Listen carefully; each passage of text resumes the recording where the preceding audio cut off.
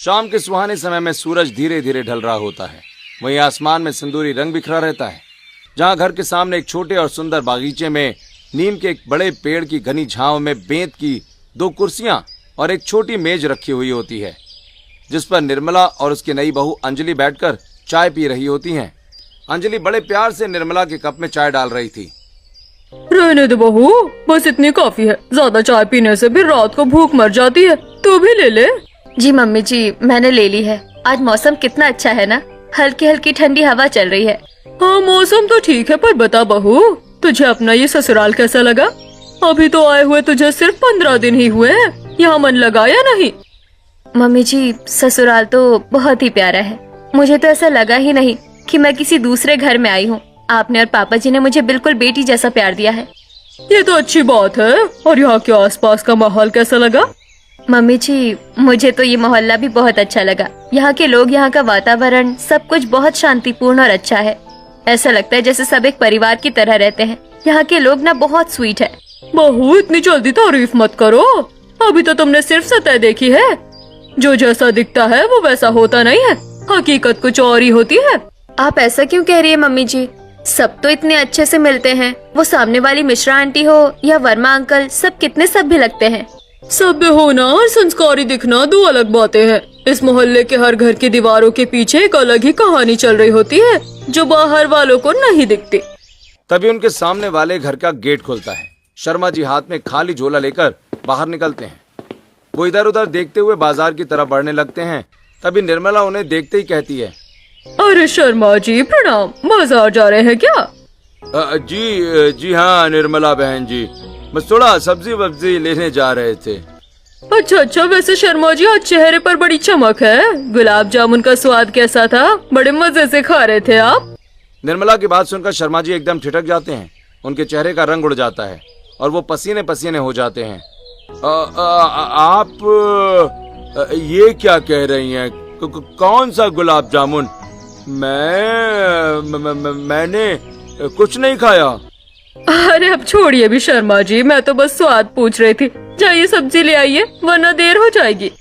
अरे इसे कैसे पता चला? मैंने तो दरवाजा और अलमारी के पीछे छिपकर खाया था। क्या इसकी आंखें दीवार के आर पार देख लेती हैं?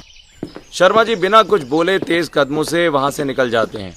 वहीं अंजलि अपनी सास को बड़े अचरज से देखते हुए कहती है, मम्मी जी, आप ये क्या कह रही थी? आपने कब शर्मा जी को गुलाब जामुन खाते देख लिया? वो तो कह रहे थे कि उन्होंने कुछ नहीं खाया। बहू, मैंने तुझसे कहा ना कि जो जैसा दिखता है वैसा होता नहीं है। हकीकत कुछ और ही होती है। बस मैंने हकीकत बताई और वो चौंक गए। पर मम्मी जी, वो तो उनके घर के अंदर की बात होगी। आप उनके घर तो गई नहीं थी, फिर आपको कैसे पता चला? बस पता चल जाता है बहू, मेरी नजरें बहुत तेज है। तू चाय पी, ठंडी हो जाएगी। अंजलि खामोश हो जाती है, पर उसके मन में कई सवाल उठते हैं। वो देखती है कि उसकी सास का व्यवहार मोहल्ले वालों के प्रति थोड़ा अजीब है। वो लोगों से ऐसी बात करती है जो उन्हें असहज कर देती है। अगले दिन सुबह अंजलि रसोई में चाय बनाकर ट्रे लेकर हॉल में आती है, जहां निर्मला, उनके पति और बेटा बैठे होते हैं। लीजिए, गर्मा गर्म चाय तैयार है। पापा जी, आपके लिए बिना चीनी वाली, और अमित आपके लिए कड़क चाय। जिसके बाद विवेक चाय पीते हुए, वाह भाई वाह बहू, चाय तो तुमने बहुत अच्छी बनाई है। स्वाद एकदम लाजवाब है। सच में अंजलि, ना चीनी कम है ना चाय पत्ती ज्यादा, एकदम परफेक्ट बैलेंस है। और सबसे बड़ी बात तो ये है कि ना ही गैस की खपत ज्यादा हुई है। बहू को पता है कि चीजें कैसे सलीके से इस्तेमाल की जाती है। अंजलि मुस्कुराकर रसोई में चली जाती है और दोपहर का खाना बनाने में लग जाती है, और फिर खाना बनाकर सभी को परोसती है। खाना देकर विवेक, खाने की खुशबू से ही भूख बढ़ गई है। बहू, तुमने तो भाई कमाल कर दिया। सभी खाना खाते हैं। वहीं खाना खाते हुए निर्मला, अच्छा है बहू, आज खाना खाकर मुझे यकीन हो गया कि हमने जो अपनी बहू लाने का फैसला किया था वो फैसला बिल्कुल सही था। वैसे तुम्हारे बारे में मैंने सब कुछ पहले पता कर लिया था। अरे मम्मी जी, वो तो रिश्ता जोड़ने से पहले सभी जानकारी पता करते ही है। इसमें कौन सी बड़ी बात है? नहीं बहू, जो जानकारी मेरे पास थी वो शायद किसी और के पास नहीं होगी। अंजलि निर्मला की बात का असली मतलब नहीं समझ पाती और बस मुस्कुरा देती है। अगले कुछ दिनों तक अंजलि एक बात नोटिस करती है। जैसे ही शाम के 4 बजते हैं, निर्मला अपनी दिनचर्या बदल देती है। ऐसे ही एक दिन अंजलि और निर्मला मार्केट के एक बड़ी साड़ी की दुकान में बैठी हुई होती हैं। वहीं दुकानदार उनके सामने एक से बढ़कर एक साड़ियां फैला रहा होता है। देखिए बहन जी, ये एकदम लेटेस्ट डिजाइन है, सिल्क में भी है और शिफॉन में भी। अरे 2 बज गए। बहू तुम अपने लिए साड़ी सिलेक्ट कर लो, मुझे एक बहुत जरूरी काम याद आ गया है, मुझे अभी घर निकलना पड़ेगा। मम्मी जी इतनी जल्दी? अभी तो हमने ठीक से देखा भी नहीं। क्या काम है? मैं भी साथ चलती हूँ। नहीं नहीं, अमित को बोल देना, वो तुझे ले जाएगा, मुझे जाना होगा। निर्मला बिना रुके दुकान से बाहर निकल जाती है और रिक्शा पकड़कर घर पहुंचती है। वहीं अंजलि घर लौटकर देखती है कि निर्मला अपने कमरे में है। वो चुपके से देखती है कि निर्मला ने अपनी अलमारी से एक लाल कपड़े में लिपटा हुआ कुछ सामान निकाला है और निर्मला वो सामान लेकर चुपचाप बैल्कनी में चली जाती है। बैल्कनी में चारों तरफ गहरे रंग के पर्दे लगे होते हैं। वहीं निर्मला एक कोने में जाकर बैठ जाती है। मम्मी जी ये हर रोज 3 बजे से 5 बजे तक बालकनी में क्या करती हैं? न किसी को आने देती है, न खुद बाहर आती है। ऐसे ही दिन बीतते हैं और अंजलि देखती है कि इन 2 घंटों के दौरान निर्मला बिल्कुल बदल जाती है। वो किसी से बात नहीं करती, यहाँ तक कि पानी भी खुद ही लेकर जाती है। और एक दिन अंजलि अपनी सास को इस तरह बैठे हुए देखकर मन ही मन सोचती है, आखिर राज क्या है? वैसे तो पूरा दिन मम्मी जी कभी पानी मांगती है, कभी नाश्ता, कभी कुछ और, लेकिन ये दिन के 2 घंटे वो मुझसे कुछ नहीं मांगती, खुद ही सब संभाल लेती है। चलो जो भी हो, मेरे लिए तो अच्छा ही है, कम से कम 2 घंटे मुझे आराम तो मिलता है। ऐसे ही एक दिन बैल्कनी के पर्दे के पीछे निर्मला बैठकर लाल कपड़े से एक चमचमाता हुआ दूरबीन निकालकर उसे अपनी आंखों पर लगाती है और धीरे से पर्दे के पीछे से सामने वाले घरों की ओर झांकना शुरू कर देती है। चलिए देखते हैं आज मोहल्ले में क्या नया पक रहा है। निर्मला दूरबीन घुमाती है और शर्मा जी के घर की खिड़की पर फोकस करते हुए देखती है कि शर्मा जी अपने कमरे में बैठे होते हैं और उनकी पत्नी बाहर हॉल में सफाई कर रही होती हैं। तभी शर्मा जी धीरे से अपनी अलमारी खोलते हैं और उसके पीछे छिपाकर रखे हुए गुलाब जामुन का डिब्बा निकालकर बार बार दरवाजे की तरफ देखते हैं कि कहीं उनकी पत्नी ना आ जाए।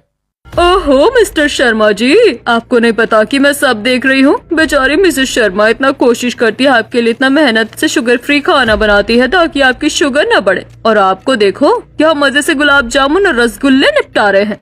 निर्मला मजे लेकर ये देखती है, उसे एक अजीब सी संतुष्टि मिलती है। अच्छा है, मुझे मोहल्ले के सभी लोगों के राज पता है, तभी तो मैं मोहल्ले में सिर उठा के चल सकती हूँ और हर किसी को उसकी बात का जवाब दे सकती हूँ। जानकारी ही तो ताकत है। निर्मला फिर अपनी दूरबीन घुमाती है और इस बार वर्मा जी के घर की ओर देखती है, फिर मिश्रा जी और गुप्ता जी के घरों की ओर। वो हर खिड़की, हर दरवाजे के पीछे झांकने की कोशिश करती है और देखती है कि गुप्ता जी के घर की खिड़की और दरवाजे बंद हैं और वहां फिलहाल कोई हलचल नहीं है। इनके घर में तो अभी सन्नाटा है, लगता है सब सो रहे हैं। वहीं शाम के 5 बजते ही निर्मला अपना दूरबीन वापस लाल कपड़े में लपेटकर अलमारी में छुपा देती है। फिर वो हमेशा की तरह घर के बाहर कुर्सी डालकर बैठ जाती है। वहीं अंजलि उसके लिए चाय लेकर आती है। लीजिए मम्मी जी आपकी शाम की चाय। शुक्रिया बहू, चाय पीकर बहुत ताजगी महसूस होती है। तभी गली में सब्जी वाले की आवाज सुनाई पड़ती है, ताजी ताजी सब्जियां ले लो, आलू गोभी मटर ले लो। सब्जी वाले की आवाज सुनते ही मोहल्ले की औरतें अपने अपने घरों से बाहर निकलने लगती हैं। शर्मा जी की पत्नी भी बाहर आती हैं। वहीं निर्मला उन्हें देखकर मुस्कुराती है। भैया कैसी सब्जी लाते हो आप? आपको पता है ना कि मैं इनके लिए रोज करेले का जूस और करेले की सब्जी बनाती हूँ, फिर भी इनका शुगर लेवल कंट्रोल में नहीं आ रहा है, हर बार रिपोर्ट बड़ी हुई आती है। बहन जी इसमें मैं क्या करूं? मैं सब्जियां उगाता थोड़ी ना हूँ, मैं तो मंडी से लाकर बेचता हूँ। अब आपके पति की शुगर कंट्रोल नहीं है तो इसमें हमारा क्या कसूर है? जरूर वो चुपके चुपके कुछ मीठा खाते होंगे। ऐसे कैसे बात कर रहे हो भैया? मेरे घर में तो चीनी का एक दाना तक नहीं है। मैं इस बात का पूरा ध्यान रखती हूँ कि वो बाहर कुछ ना खाए, फिर भी ये शुगर क्यों बढ़ रही है? निर्मला ये सब सुन रही है। उसे पता है कि शर्मा जी अलमारी के पीछे क्या करते हैं, लेकिन वो कुछ नहीं बोलती। वो बस एक रहस्यमयी मुस्कान के साथ अपनी चाय पीती रहती है। ये देखकर अंजलि मन ही मन, मम्मी जी कितनी शांत है, जबकि शर्मा आंटी इतनी परेशान है। क्या वाकई मम्मी जी को कुछ पता है या सिर्फ वो अटकलें लगाती है? ऐसे कुछ दिन बीतते हैं। अंजलि अब अपनी सास की हरकतों पर बारीक नजर रखने लगती है, पर वो कुछ पता नहीं कर पाती। और एक रात जब सब सो चुके होते हैं, लेकिन निर्मला के कमरे की लाइट अभी भी चल रही होती है। निर्मला अपने कमरे में एक नाइट विजन दूरबीन लिए खिड़की के पर्दे को थोड़ा हटाकर बाहर देख रही होती है। वो वर्मा जी के घर की ओर निशाना साधती है। वर्मा जी का बेटा अपने कमरे में किताबों के सामने लैंप जलाकर बैठा होता है। बाहर से देखने पर लगता है कि वो जी तोड़ पढ़ाई कर रहा है। यूपीएससी की तैयारी चल रही है बेटा, जरा करीब से देखें। निर्मला दूरबीन से देखती है कि किताबों के पीछे एक मोबाइल रखा होता है। वर्मा जी का बेटा किताब की तरफ देख रहा होता है, पर उसका ध्यान फोन पर है। वो वीडियो कॉल पर अपनी गर्लफ्रेंड से बात कर रहा होता है और जैसे ही उसके पिता कमरे के पास आते हैं वो फौरन फोन छिपा लेता है और मेन लाइट ऑन कर लेता है और जैसे ही पिता जाते हैं वो फिर लाइट ऑफ करके फोन निकाल लेता है। अच्छा, तो किताबों के पीछे यूपीएससी की तैयारी के बहाने अपनी महबूबा से बातें की जा रही है। वर्मा साहब तो सोच रहे हैं कि बेटा कलेक्टर बनेगा, पर बेटा तो कहीं और ही। निर्मला धीरे से दूरबीन हटाती है और मनी मन हंसती है। अंजलि भी ये सब देखकर चुपचाप अपने कमरे में चली जाती है। अगले 2 दिन बाद मोहल्ले के मंदिर के पास एक बड़ा सत्संग आयोजित किया जाता है। मोहल्ले की लगभग सभी महिलाएं और कुछ पुरुष वहां एकत्रित होते हैं। वहीं भजनों की मधुर आवाज गूंजती है जहां निर्मला और अंजलि भी आए होते हैं। तभी उनकी मुलाकात शर्मा जी और उनकी पत्नी से होती है। प्रणाम शर्मा जी। प्रणाम बहन जी। आज तो सत्संग में बड़ी रौनक है।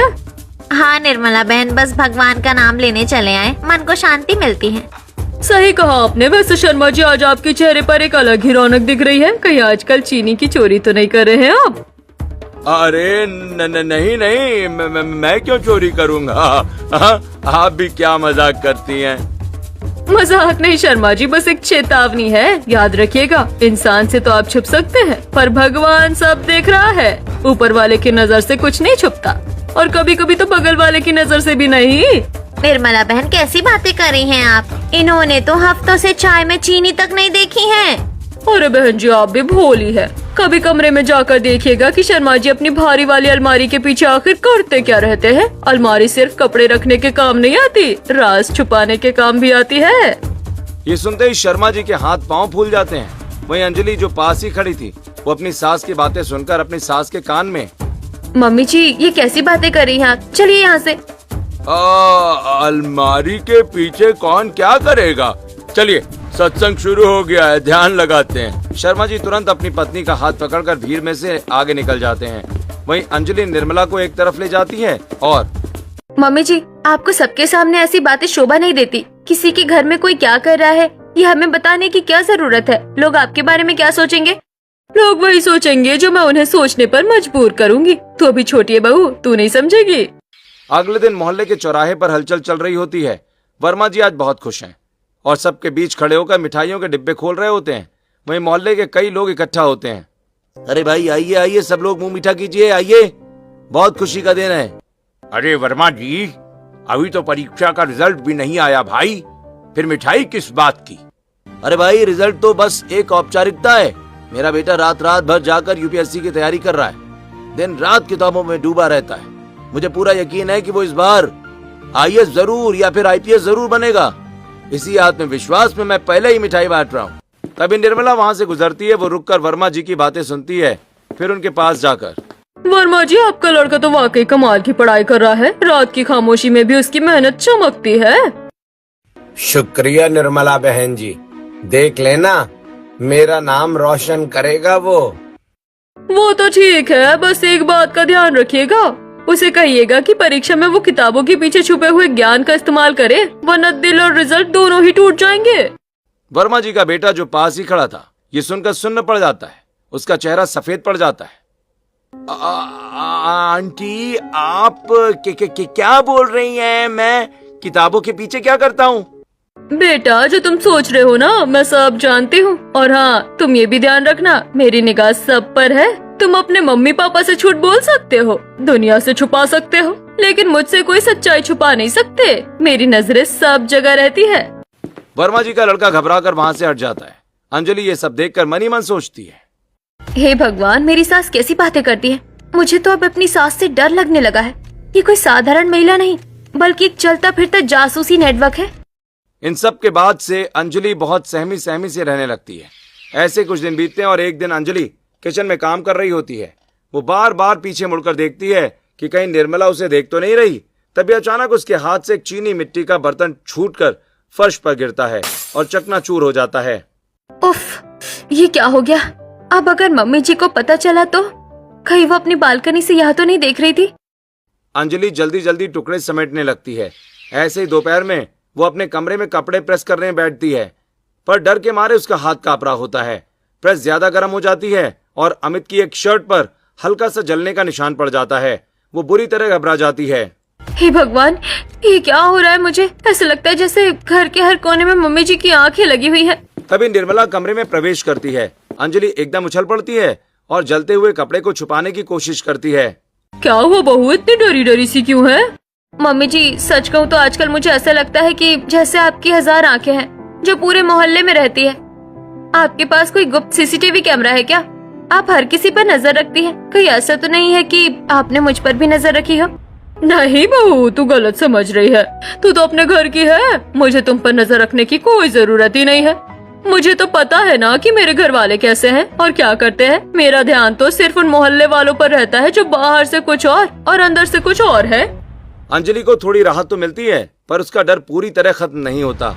और 1-2 दिन बाद दोपहर के समय निर्मला अपनी बालकनी से दूरबीन गुप्ता जी के घर की ओर मोड़कर देखती है कि गुप्ता जी के घर में हाल ही में एक नई बहू आई है।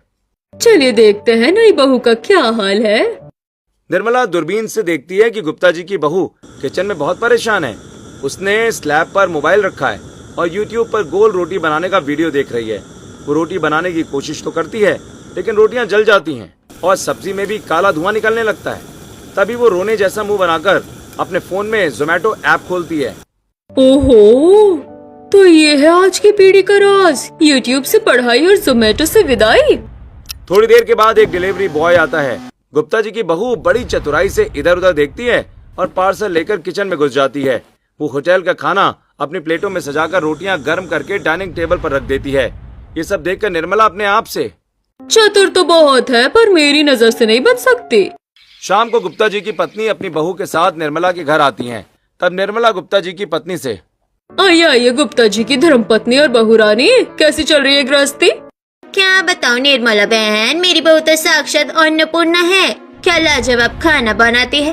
कल रात को इसने जो रोटी और सब्जी बनाई थी, वैसे तो मैंने अपनी पूरी जिंदगी में नहीं खाई। अरे बहू, इनके लिए भी जरा चाय नाश्ता ला दे। जिसके बाद अंजलि किचन में जाकर थोड़ी देर बाद चाय नाश्ता लेकर आती है। वहीं चाय पीकर गुप्ता जी की पत्नी निर्मला से, इससे अच्छा नाश्ता तो मेरी बहू बना लेती है। बहन जी, आपकी बहू को बोलिए कि वो भी मेरी बहू से आकर कुछ क्लासेस ले ले। हाँ, होटल के खाने और घर के खाने में तो फर्क होता ही है। आंटी जी, आप क्या कह रही हैं? मैं कह रही हूँ कि आपकी बहू के हाथ के खाने में वो होटल वाला स्वाद आता होगा ना, जो सीधा घर पर डिलीवर होता है। मेरी बहू के खाने में वैसा स्वाद कहाँ, वो तो बेचारी खुद मेहनत करती है। आंटी जी, आप मम्मी जी से कैसी बातें कर रही हैं? बेटा, मुझे पता है कि तुम्हारे खाने का राज क्या है। तुम कहो तो मैं तुम्हारी सास को विस्तार से बताऊं। अरे नहीं नहीं आंटी जी, इसकी कोई जरूरत नहीं है। मैं अपनी सास को खुद ही सब समझा दूंगी। मम्मी जी चलिए, घर पर काम है। गुप्ता जी की बहू अपनी सास को खींचते हुए वहां से ले जाती है। अंजलि ये सब देखकर दंग रह जाती है। उसे समझ आ जाता है कि उसकी सास वाकई पूरे मोहल्ले को अपनी उंगलियों पर नचा रही है। ये तो हद हो गई। पूरे मोहल्ले के लोग मम्मी जी से डरे डरे रहने लगे हैं। मुझे कुछ करना होगा। ऐसे ही अगले दिन निर्मला किसी काम से बाहर गई होती है। वहीं पूरा घर खाली होता है। अंजलि सफाई करते हुए निर्मला के कमरे में पहुंचती है, जहां वो अलमारी साफ करने लगती है कि तभी उसका हाथ अलमारी के सबसे ऊपरी हिस्से पर पड़ता है। उसे वहां एक भारी चीज महसूस होती है। वो अलमारी खोलती है और देखती है कि लाल कपड़े में कुछ लिपटा हुआ है। अंजलि वो कपड़ा खोलते हुए, अरे ये तो दूरबीन है। इतनी बड़ी और पावरफुल दूरबीन मम्मी जी के पास क्या कर रही है? वो दूरबीन को हाथ में लेकर देखती है और समझ जाती है कि यही वो 1000 आंखें हैं जिनका जिक्र निर्मला करती थी। तो ये है मम्मी जी की जासूसी का हथियार। ये तो गलत है। किसी की प्राइवेसी में इस तरह झांकना बिल्कुल ठीक नहीं है।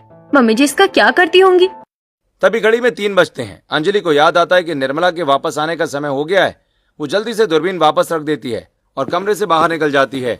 थोड़ी ही देर में निर्मला घर आती है और सीधे अपने कमरे में चली जाती है। अंजलि छिपकर देखती है कि निर्मला वही लाल कपड़ा निकालकर बालकनी में जाकर पर्दा लगा लेती है। आज मैं देखूंगी कि मम्मी जी आखिर देख क्या रही हैं। अंजलि दबे पांव बालकनी के पास जाती है और पर्दे के किनारे से अंदर झांकती है। निर्मला दूरबीन से एक बुजुर्ग दंपति के घर में देख रही होती है। वो पति पत्नी बाहर समाज में बहुत ही संस्कारी और प्रेमी जोड़े के रूप में जाने जाते हैं, पर अंदर का नजारा कुछ और ही है। ओहो, आज तो वर्ल्ड रेसलिंग चल रही है इनके घर में। दूरबीन में दिख रहा है कि बुजुर्ग पति पत्नी एक दूसरे पर तकिए फेंक रहे हैं। पत्नी ने हाथ में बेल्ट ले रखी है और पति किचन के बर्तन इधर उधर फेंक रहा है। वो बुरी तरह झगड़ रहे होते हैं। देखिए इन्हें बाहर तो ऐसे निकलते हैं जैसे राम सीता की जोड़ी हो। सब्जी लेने जाते हैं तो एक दूसरे को हाथ थामे रहते हैं, और अंदर देखो कुश्ती की पूरी तैयारी है। अचानक अंजलि के पैर से बैल्कनी में रखा एक गमला हिल जाता है। निर्मला चौंक कर पीछे मुड़ती है और अंजलि को देख लेती है। अरे बहू, तू यहाँ क्या कर रही है? मम्मी जी, मैं बस देख रही थी कि आप यहाँ रोज 2 घंटे अकेले क्या करती हैं, और अब मैंने देख लिया है। तो बताओ क्या देखा तुमने? मैंने देखा कि आप किस तरह से मोहल्ले वालों के घरों में ताक झाक करती हैं। आपको सबके राज पता होते हैं क्योंकि आप उन्हें छुप कर देखती हैं। हाँ बहू, मोहल्ले में क्या चल रहा है क्या नहीं चल रहा है ये सब पता होना बहुत जरूरी है, तभी तो मोहल्ले में सिर ऊंचा रहता है। कोई हमसे जुबान नहीं लड़ा सकता, जानकारी ही सुरक्षा है। मम्मी जी, आपको ये नजर रखने का शौक कब से आया? मोहल्ले की औरतें गप्पे मारती है, ये तो पता था, पर आप तो प्रॉपर जासूसी कर रही है। बहू, मुझे जासूसी करने का शौक बचपन से ही था। मैं एक जासूस बनना चाहती थी, देश के लिए काम करना चाहती थी, पर मेरी शादी जल्दी हो गई। पूरा जीवन घर गृहस्थी संभालने में निकल गया और मेरा सपना सपना ही रह गया। फिर मैंने देखा कि ये लोग कितने दोगले हैं, तब मैंने ये दूरबीन मंगवाई। अब मुझे इनकी असलियत देखकर अपना समय काटने में मजा आता है। मम्मी जी, पर ये गलत है, सबकी अपनी प्राइवेसी होती है। अगर कोई आप पर ऐसे नजर रखे तो आपको कैसा लगेगा? मुझ पर कौन नजर रखेगा? मेरी तरह जासूस इस मोहल्ले में कोई पैदा नहीं हुआ। पर इसकी वजह से मोहल्ले वाले हमसे दूर होने लगे हैं। कोई हमसे ठीक से बात नहीं करता। क्या आपको अच्छा लगता है कि लोग आपसे डरे? मुझे अच्छा लगता है जानकारी अपने पास रखना। डरेंगे तभी तो तमीज में रहेंगे। अंजलि वहाँ से चुपचाप चली जाती है। वो समझ जाती है कि उसकी सास समझाने से नहीं मानने वाली। अंजलि ने अब ठान लिया है कि उसे अपनी सास की इस खतरनाक आदत को छुड़वाना ही होगा। वो घर के काम निपटाती है, लेकिन उसका दिमाग योजना बनाने में लग जाता है। और एक दिन अंजलि छत पर कपड़े सुखाने जा रही होती है। जाते हुए वो अपनी सास से, मम्मी जी, मैं छत पर कपड़े फैलाने जा रही हूँ। किचन में दूध रखा है उबलने के लिए, उसे देख लेना। और सब्जी भी धीमी आंच पर है, कहीं जल ना जाए। तू बेफिक्र होकर जा बहू, मैं देख लूंगी। मेरी नजरों से कुछ नहीं बचता। अंजलि छत पर चली जाती है। थोड़ी देर के बाद जब वो नीचे आती है तो पूरे घर में जलने की बू आ रही होती है। वो किचन की तरफ भागती है और देखती है कि दूध उबलकर पूरी गैस पर फैल चुका है और कढ़ाई में सब्जी जलकर कोयला हो गई है। फिर वो निर्मला के कमरे में जाती है। वो देखती है निर्मला बैल्कनी में पर्दे के पीछे दूरबीन लगाए बैठी है। मम्मी जी, देखिए क्या हो गया। मैंने आपसे कहा था ना कि ध्यान रखिएगा। दूध भी बह गया और सब्जी भी जल गई। अरे बहू, वो मैं बस थोड़ा सा देख रही थी कि वर्मा जी के घर में नया फ्रिज कौन सा आया है। पता ही नहीं चला कब दूध उबल गया। मम्मी जी, आपकी इस ताकाझाकी की वजह से मुझे और घर को कितना नुकसान हो रहा है। मोहल्ले के लोग अब हमसे कतराने लगे हैं। अंजलि गुस्से से अपने कमरे में चली जाती है। ऐसे कुछ दिन बीत जाते हैं। फिर एक दिन अंजलि तैयार होकर अपनी एक सहेली से मिलने एक रेस्टोरेंट में जाती है। दोनों कॉफी ऑर्डर करते हैं और फिर अंजलि सारी बातें अपनी सहेली को बताती है। ये सब सुनकर अंजलि की सहेली कहती है, क्या तेरी सास दूरबीन से पूरे मोहल्ले में झांकती है? ये तो बहुत डरावना है यार। हाँ, और इसी वजह से पूरा मोहल्ला हमें शक की निगाह से देखता है। कोई हमारे घर नहीं आना चाहता। मुझे उनकी आदत छुड़वानी है, वरना हम कहीं के नहीं रहेंगे। बता, मैं तेरी क्या मदद कर सकती हूँ? जो तू कहेगी मैं वही करूँगी। देख, तुझे बस वही करना है जो मैं कहूँगी। हमें उन्हें उन्हीं के खेल में मात देनी होगी। अंजलि अंकिता को पूरी योजना समझाती है। फिर रात को अंजलि घर लौटती है और चुपचाप अपने कमरे में जाकर फोन पर कुछ काम करने लगती है। वो मोहल्ले का एक फेक व्हाट्सएप ग्रुप बनाती है और उसमें मोहल्ले के कुछ लोगों को जोड़ती है। अगले दिन दोपहर के 3 बजते हैं।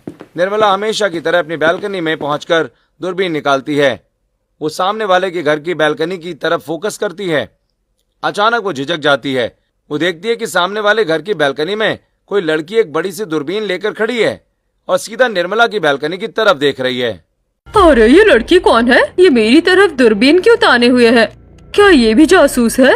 तभी निर्मला के मोबाइल पर एक नोटिफिकेशन आता है। वो व्हाट्सएप खोलती है। ग्रुप में एक मैसेज वायरल हो रहा होता है, सावधान, हमारे मोहल्ले में एक 3D कैमरा घूम रहा है जो सबकी प्राइवेसी में ताक झांक करता है, सतर्क रहें। मैसेज के नीचे एक धुंधली सी तस्वीर है जिसमें निर्मला बैल्कनी में दूरबीन के साथ दिख रही है। अरे ये किसने किया? ये 3D कैमरा किसे बोल रहे हैं? जरूर ये मोहल्ले वालों की ही हरकत है। अगले दिन जब निर्मला सब्जी लेने बाहर जाती है, जैसे ही वो निकलती है औरतें आपस में कानाफूसी करने लगती हैं। देखो देखो, बच के रहना साहब, अपने खिड़की दरवाजे बंद कर लो, 3D कैमरा आ गया है। हाँ हाँ मम्मी जी, सुना है इस कैमरे की 2 बड़ी बड़ी आँखें हैं और 2 पैर भी। ये कभी भी किसी के भी घर में घुस जाता है, दूर ही रहना इससे। लोग निर्मला को देखकर हंसते हैं और 3D कैमरा कहकर चिढ़ाते हैं। निर्मला को अपनी गलती का गहरा एहसास होता है। उसे समझ आता है कि जब वो दूसरों के राज खोलती थी तो उन्हें कैसा लगता होगा। वो उदास होकर घर लौटती है। वहीं शाम को पूरा परिवार हॉल में बैठा होता है। निर्मला, क्या हुआ? तुम आज इतनी उदास और परेशान क्यों लग रही हो? हाँ मम्मी, मैंने पहली बार आपको इतना चुप देखा है। मोहल्ले में कुछ हुआ क्या? क्या बताओ बेटा, आज मुझे समझ आया कि मैंने कितनी बड़ी गलती की है। लोग मुझे 3D कैमरा बुला रहे हैं। मैं मुझसे बात नहीं करना चाहता। मम्मी जी, जो आप दूसरों के साथ करती थी आज वही आपके साथ हो रहा है। अब सोचिए, आपकी वजह से लोगों को कितनी मानसिक परेशानी होती होगी। उनकी प्राइवेसी छिन गई थी। हाँ बहू, मैं समझ गई हूँ। ये सब तेरी ही योजना थी ना। पर मैं ये भी जानती हूँ कि तूने ये सब क्यों किया। तू मेरा भला चाहती थी। मैं वादा करती हूँ, अब से मैं लोगों के घरों में ताका झाकी नहीं करूँगी। मैं अपनी ये आदत आज ही छोड़ती हूँ। ऐसे ही कुछ दिन बीतते हैं और निर्मला ने जासूसी छोड़ दी है, लेकिन मोहल्ले के लोग अभी भी उससे कटे कटे रहते हैं। वो जिससे भी बात करने की कोशिश करती है, लोग औपचारिक जवाब देकर निकल जाते हैं। कैसे है वर्मा जी? बेटा ठीक है? हाँ हाँ, सब ठीक है, बहुत अच्छा हूँ मैं। वर्मा जी तुरंत वहां से निकल जाते हैं। निर्मला को बुरा लगता है। ऐसे ही एक रात निर्मला को नींद नहीं आ रही थी। वो खिड़की के पास खड़ी होती है कि तभी उसकी आदत के अनुसार वो अपनी दूरबीन से बाहर देखती है। उसकी नजर गुप्ता जी की छत पर पड़ती है। अरे, ये गुप्ता जी की छत पर 3-4 आदमी कौन खड़े हुए हैं? सबके मुंह बंधे हुए हैं। ये तो चोर दिखाई दे रहे हैं। निर्मला तुरंत अपनी पुरानी दूरबीन निकालती है और स्थिति साफ देखती है। चोर खिड़की तोड़ने की कोशिश कर रहे थे। ये देखकर निर्मला अपने आप से, अब ये गुप्ता जी को बताना होगा। वो तुरंत गुप्ता जी को फोन लगाती है और फिर पुलिस को भी सूचित कर देती है। वो बैल्कनी में आकर जोर जोर से शोर मचाना शुरू कर देती है। चोर चोर, गुप्ता जी के घर में चोर है। शोर सुनकर मोहल्ले वाले जाग जाते हैं। चोर पकड़े जाने के डर से भागने लगते हैं, पर तभी पुलिस की गाड़ी आ जाती है और उन्हें दबोच लेती है। थोड़ी देर के बाद मोहल्ले के चौराहे पर सब इकट्ठा हो जाते हैं, जहां पुलिस ऑफिसर निर्मला की तारीफ कर रहे होते हैं। वैसे निर्मला जी, आपकी होशियारी से आज एक बहुत बड़ी चोरी होने से टल गई। इस समय शहर में इन 3 चोरों का बहुत खौफ था। आपने बहुत बहादुरी का काम किया है। निर्मला बहन जी, मैं क्या कहूँ, आपकी इस ताका झाकी की आदत से मैं पहले बहुत परेशान था, पर आज आपकी इसी आदत की वजह से मेरे घर का सारा सामान और मेरी इज्जत बच गई। आपका बहुत बहुत शुक्रिया। गुप्ता जी, मुझे भी बहुत खुशी है कि आपके घर चोरी होने से टल गई। जो भी हो, आप लोग पड़ोसी है और आप लोगों की भलाई सोचना भी मेरा ही काम है। माँ जी, आज आपने सचमुच बहुत बड़ा काम किया है। अगर आप ना होती तो आज तो ये गुप्ता जी का घर साफ कर देते और ना जाने कहाँ कहाँ चोरी करते। अगले दिन मोहल्ले में एक मीटिंग बुलाई जाती है। सभी लोग वहां मौजूद हैं। वर्मा जी का बेटा, गुप्ता जी की बहू और शर्मा जी की पत्नी भी वहां हैं। मोहल्ले में सब ठीक है, पर इनकी जासूसी की आदत से प्राइवेसी नाम की कोई चीज नहीं बची है। हाँ, मेरी सास मुझ पर भड़कती है इनकी बातों की वजह से। ये जासूसी बंद होनी चाहिए। इन्हें मोहल्ले की गतिविधियों से दूर रहना चाहिए। भाई नहीं नहीं, किसने कहा इनकी आदत बुरी है? क्या आप भूल गए कि कल रात क्या हुआ? अगर इनकी नजर नहीं होती तो आज मेरे घर में कुछ नहीं बचता। क्या पता मोहल्ले के और कितने घरों पर चोरों की नजर हो। मैं चाहता हूँ कि जासूसी करने के बजाय निर्मला बहन जी मोहल्ले की ऑफिशियल सिक्योरिटी का जिम्मा संभाले। अरे, मुझे भी पहले बुरा लगता था, पर जब से इन्होंने मेरे पति के गुलाब जामुन खाने की बात बताई, तब से मैंने उन पर सख्ती की और अब उनका शुगर लेवल एकदम कंट्रोल में है। ये जासूसी अच्छी भी साबित हो सकती है। मैं चाहती हूँ कि ये जासूसी करती रहे, खासकर मेरे पति की। मोहल्ले वाले तालियां बजाते हैं। निर्मला की आंखों में खुशी के आंसू आ जाते हैं। ठीक है भाइयों और बहनों, अब मैं अपनी जासूसी की नजर दूसरों के निजी जीवन में नहीं बल्कि मोहल्ले की सुरक्षा में लगाऊंगी। अब कोई संदिग्ध इस मोहल्ले में कदम नहीं रख पाएगा। 2 दिन के बाद दोपहर के समय घर में शांति है। लंच करने के बाद सास और बहू अपने कमरे में जाने लगती हैं। निर्मला अपनी अलमारी से लाल कपड़े में लिपटी दूरबीन निकालती है। बहू, अब मेरी आंखें थक गई है। मोहल्ले की पहरेदारी और चौकीदारी करने की जिम्मेदारी अब तेरी है। ये ले दूरबीन। अंजलि दूरबीन लेती है और बालकनी के पर्दे के पीछे से सामने देखती है। सासू माँ, वैसे मिश्रा जी के घर में आज फिर से पेलन चल रहा है, देखना चाहोगी? अंजलि जोर से हंसने लगती है। निर्मला भी खिलखिलाकर हंस पड़ती है। नहीं बहू, अब तुम ही देखो। ये सब मैंने बहुत देख लिया। अब तो बस सुरक्षा पर नजर रखनी है। दोनों सास बहू एक दूसरे का हाथ पकड़कर हंसती हैं। कैमरा धीरे धीरे पीछे हटता है और पूरे मोहल्ले का नजारा दिखने लगता है, जहां अब सब सुरक्षित और खुश महसूस कर रहे होते हैं।